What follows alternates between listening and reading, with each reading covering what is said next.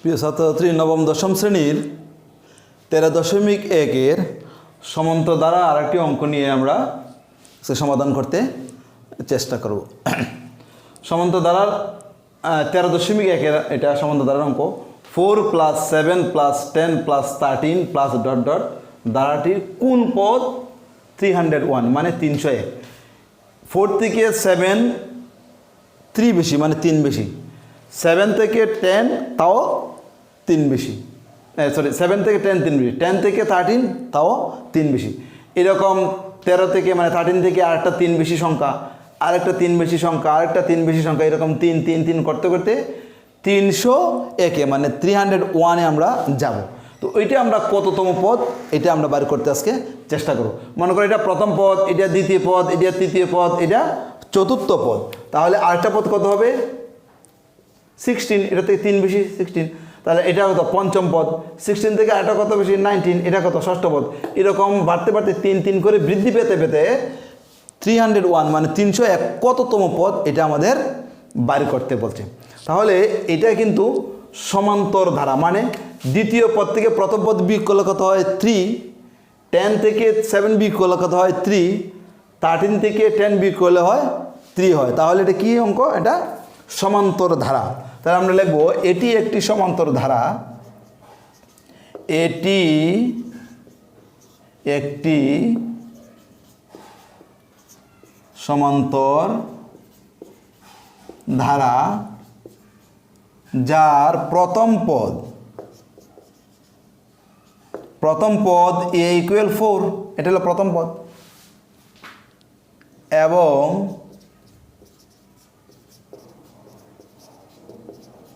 সাধারণ অন্তরকে কি দ্বারা প্রকাশ করা হয়? d দ্বারা প্রকাশ করা হয়। তাহলে সাধারণ অন্তর d = 7 মানে দ্বিতীয় পদ থেকে প্রথম পদ বিয়োগ। সবসময় খেয়াল রাখবা, অনেকে এটা ভুল করে প্রথম পদ থেকে দ্বিতীয় পদ বিয়োগ করে বলেন।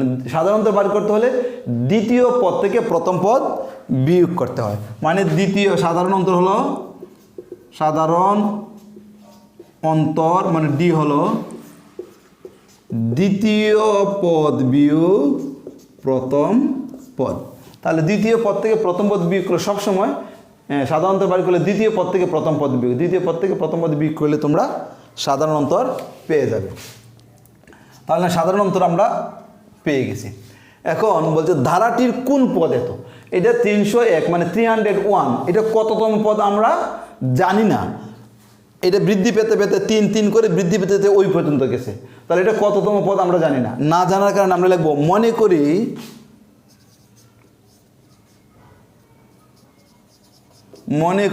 কততম পদ জানি, মনে করি n-তম পদ।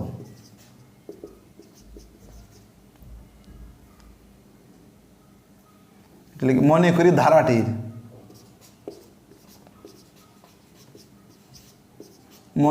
ধারাটির এই ধারাটির n-তম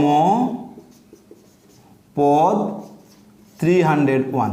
মনে করি ধারাটির n-তম পদ 301 মানে 301। তাহলে আমরা তো একটা সাধারণ পদ জানি, আমরা জানি n-তম পদ একটা আমরা সূত্র জানি। তাহলে লিখবো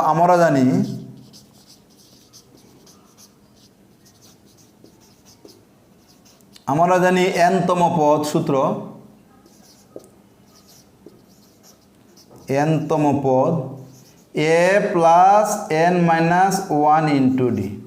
এটা হলো সমান্তর ধারার সাধারণ পদ নির্ণয়ের সূত্র। সমান্তর ধারার পদ নির্ণয়ের সূত্র কততম পদ? এই পদ নির্ণয়ের সূত্র হলো এইটা a + n-1 × d। তাহলে আমরা জানি n-তম পদ এটা সূত্র, আর আমরা ধরে নিছি n-তম পদ 301। তাহলে এটাও n-তম পদ, এটাও n-তম পদ, অতএব এটা সমান এটা আমরা লিখতে পারি।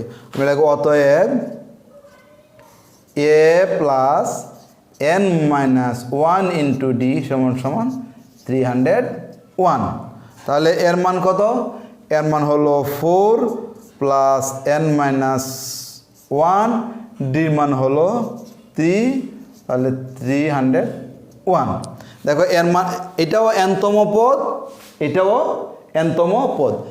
ধারাটির n-তম পদ এত 301, আর আমরা জানি n-তম পদ এত। এটা হলো এটা n-তম পদ, এটাও n-তম পদ।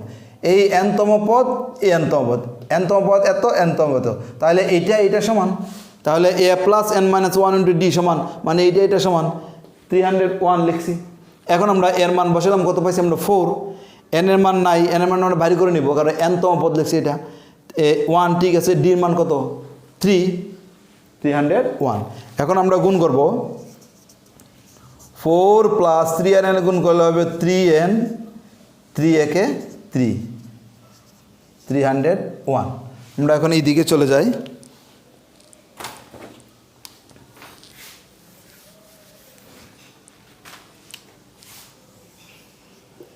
দেখো और 3n এটা প্লাস 4 মাইনাস 3, প্লাসে মাইনাসে বিয়োগ, 4 থেকে 3 গেলে 1 হয়, প্লাস 1 হবে। এই যেটা যে বড়, এটা বড় হলো 4, 4-এর বামে মাইনাস চিহ্ন, তাহলে যোগ বিয়োগের বেলায় বড় সংখ্যার বামে যে চিহ্ন সেই চিহ্ন বসে, তাহলে প্লাস 4-এর আগে প্লাস, সেই জন্য প্লাস 1 বসছে। যদি 4-এর আগে মাইনাস হতো তাহলে আমরা এখানে মাইনাস চিহ্ন বসাতাম। যদি এরকম হইতো -4 + 3, তাহলে আনসারটা হতো এইটা হইতো -1। যেহেতু 4টা বড় এবং 4-এর বামে প্লাস চিহ্ন, সেই জন্য আমরা এদিকে +1 বসাচ্ছি। ইকুয়াল 301 और 3n ইকুয়াল 1টা সংখ্যার সাথে নিয়ে যাব, বাম দিকে সংখ্যা ডান দিকে গেলে চিহ্ন পরিবর্তন হয়, প্লাস থাকলে মাইনাস হয়, মাইনাস থাকলে প্লাস হয়। 3n ইকুয়াল 301 থেকে 1 চলে গেলে 301 থেকে 1 চলে গেলে 300 হবে, মানে 300, 301 থেকে 1 চলে গেলে 300। और এখন আমরা 3 দ্বারা ভাগ করব, 3 দিয়ে 300 কাটলে কত হয় 100, 100। অতএব n ইকুয়াল 100, 100। তাহলে আমরা মনে করি ধারাটির nতম পদ 301, তাহলে n কত পাইলাম আমরা 100, মানে 100 পাইছি। তাহলে ওই জায়গায় যদি আমরা n এর মান তো 100, 100 জায়গায় বসলে 100তম পদ মানে 100তম পদ 301। অতএব প্রদত্ত ধারাটি, অতএব প্রদত্ত ধারাটির 100, এই দিকে n এর মান তো 100 মানে 100, ওই n এর জায়গায় আমরা কি বসালাম, n এর জায়গায় 100 বসালাম। 100তম মানে 100তম পদ 301, এটাই হলো আমাদের আনসার। মানে ধারাটির কোনতম মানে কততম পদ 100, মানে এরকম 3 3 3 করে বৃদ্ধি করলে 100তম পদে যাই আমরা পাবো 301, মানে 100তম পদে যাই আমরা 301 পাবো। এরকম করে বৃদ্ধি পেলে প্রথম, দ্বিতীয়, তৃতীয়, চতুর্থ, পঞ্চম, ষষ্ঠ, সপ্তম, অষ্টম এরকম বৃদ্ধি পেতে পেতে 100তম পদ মানে 100তম পদে যাই আমরা 301 পাবো। তাহলে এইভাবে আমাদের করা তো সম্ভব নয়, সেই জন্য অঙ্কের nতম পদের এই সূত্র ধরে আমরা 100তম পদ 301 পেয়ে গেলাম। ঠিক আছে, তাহলে 100তম পদ হলো 301। এটা কততম পদ 100তম পদ। তাহলে আনসার লিখতে হবে, আনসার শুধু যদি তুমি এরকম আনসার 301 লিখে হলো তাহলে তোমারটা ভুল হবে, কেটে দিবে।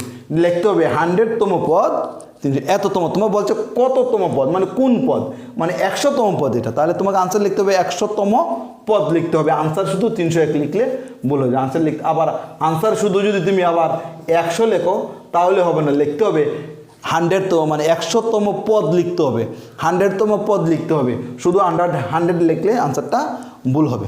তাহলে আশা করি অঙ্কটা তোমরা বুঝে গেছো। আগামী ভিডিও দেওয়া পর্যন্ত তোমরা ভালো থাকো।